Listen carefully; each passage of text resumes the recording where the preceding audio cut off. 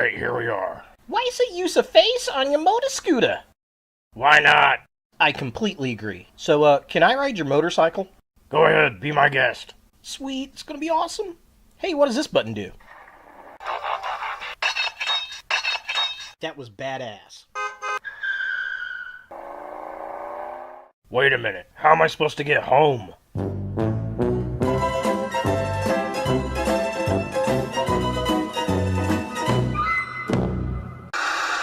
Hey guys, now you can follow me on Facebook. Just go to facebook.com/UltraMaximusReviews.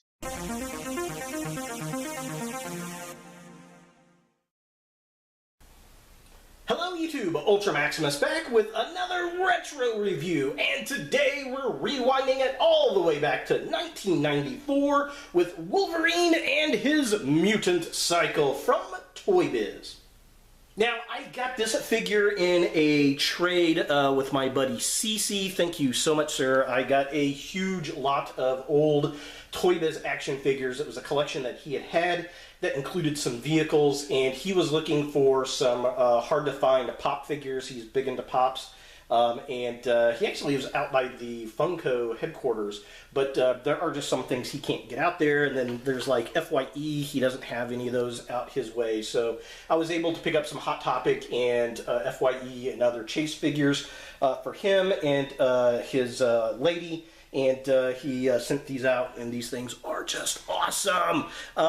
This is probably one of my more favorites in the lot, because this is a complete set here and it is in really good condition.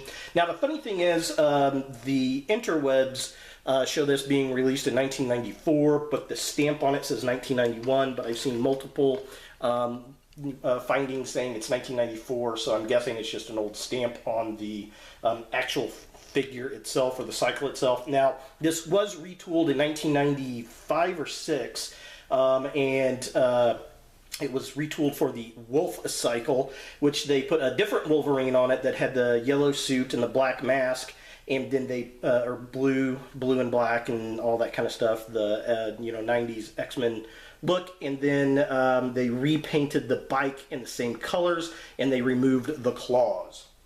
Which, I don't mind the repaint, I think that's pretty cool, but why they took the claws off, I'm not really sure. So this thing is actually pretty fun. It rolls really, really well. He's got 3 wheels, so I guess it's actually a trike.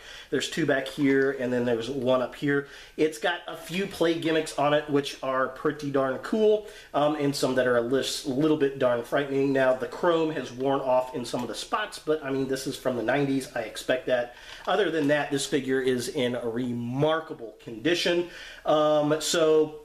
The Wolverine is unmasked, and he is absolutely hideous. There's also the little, I guess that's supposed to be a Wolverine's growl, fangs or something. And he's got these little claws that you flip forward like this, and then you can flip the little pieces here, and then the claws extend out. So yeah, there's that. And then, if you notice, you see this thing kind of flip-flopped around. If you take Wolverine off of here, and he's kind of hard to get on and off, by the way.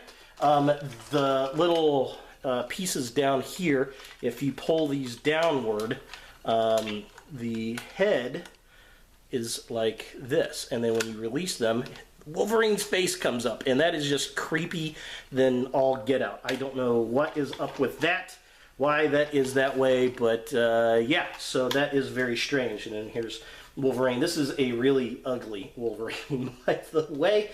And then it also boasts on the packaging, another play gimmick is it's a pop-up wheelie gimmick, and what it is, you just lift it back like this, and I think these have to be back for weight purposes. Yeah. So these have to be back for weight purposes, and then he can roll like that. So yeah, that's a play gimmick, balancing. Yeah, okay, sure. So, definitely interesting. I like the idea of the claws popping in and out here. I think that's pretty cool. I like how they flip back and make the vehicle look more vehicle-like. I do not like the face. I have no clue what the deal is with that face, because it's scary, and it's hard to get this to go into the I guess, headlight mode without the Wolverine figure on the bike itself.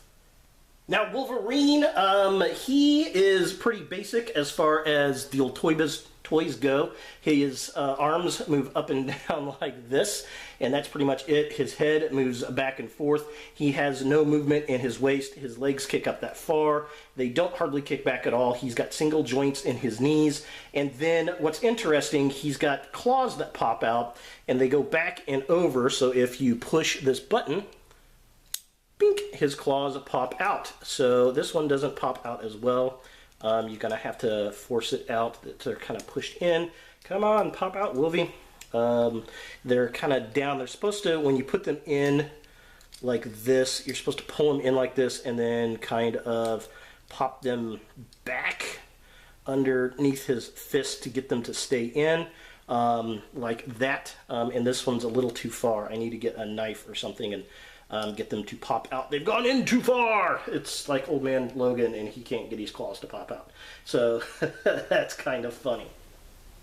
So taking a closer look at the figure itself, this is hideous. This is a hideous design. He's just like, "Urgh." It looks goofy, but this is a classic look for Wolverine. I will give it that, with the brown and yellow outfit. There were a lot of the comics where he wore this and didn't have the mask, which is nice. I do like the color deco. He's got the Wolverine type hair. He does have some, the holes in the back of the arms, because that's the way the play gimmick worked, where you could just retract the claws, which I do like that. I think that is a fun play gimmick, and it still works, all these years later. But yeah, that is just utterly horrible as far as the face sculpt goes. Now taking a look at the midsection of the figure, again, I like the design of the costume. It's very Wolverine. I think of the late 80s to early 90s when I think of this design. I do like the claws, how they can pop in and out. He's got the standard, I can hold a gun hand on the right side, and then his left hand is kind of facing forward with the claws, which is interesting. It's nice that they're different, I guess. But it would have been cooler if you could somehow have twisted them around, but with that gimmick, there's no way that was going to happen. He's got his little red belt. Again, the design, I really like it. The flesh tone on the arms is kind of like a corpse, really. It's not very good. But yeah, very, very interesting. And unfortunately, he doesn't have the X logo on his belt, which I guess is right, because in his solo comics, he didn't have it either. And finally, taking a look at the legs of the figure itself, I will say that they got the boots perfect.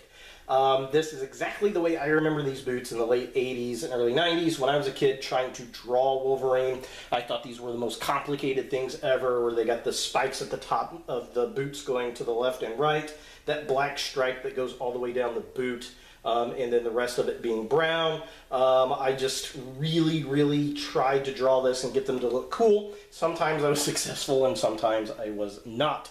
But they're very iconic, they're very Wolverine, and I do appreciate that they got at least that right, if not the head. So taking a closer look at the Mutantcycle itself, this thing is a lot of fun. I just love the cheesiness in it. The Wolverine face on the headlight is really goofy. I've got one of the claws retracted back and one of them out to kind of show the difference on both sides of the bike. I like that play gimmick. I think that is really, really fun. The color scheme matches Wolverine, which is nice. I like how it doesn't need a kickstand or anything. It just sits and sits well. The pop-up gimmick is kind of goofy, but I mean, it works, and it was fun, I'm sure, back in the day for kids. The yellow fin on the back, everything on it is done pretty well for a gimmicky toy from the 90s. But yeah, definitely interesting with that face. I don't know what that's about.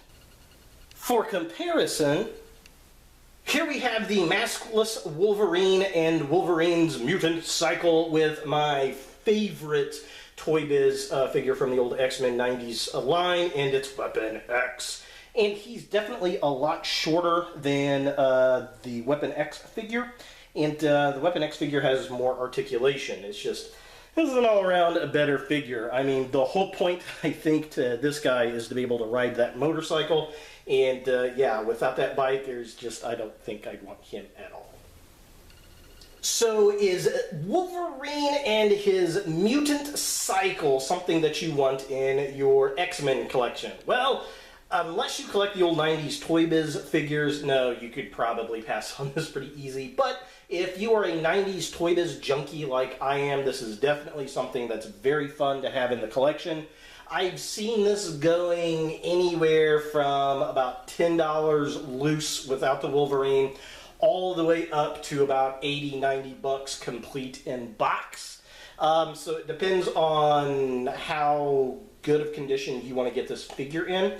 I was very happy and surprised to get this in the trade. I vaguely remember seeing the motorcycle when he showed me the initial picture, but I didn't know it had the original Wolverine with it. So I'm very, very happy about that. So as a vintage toy collector, I'm very excited to have it up on the shelf, but as what it is, it's a very weird and gimmicky toy, and that head on the headlight just really freaks me out. I don't know why they would, I guess the motorcycle's mutating or something. That's what everything did in the 90s, right?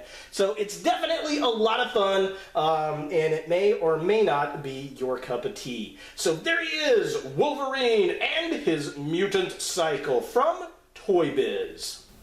Hey guys, thanks for watching. If you like this video, thumbs it up. If you hate this video, thumbs it down. To watch more Ultra Maximus, click on the links to the right. Don't forget to subscribe and share, like us on Facebook, and look for more videos in the future.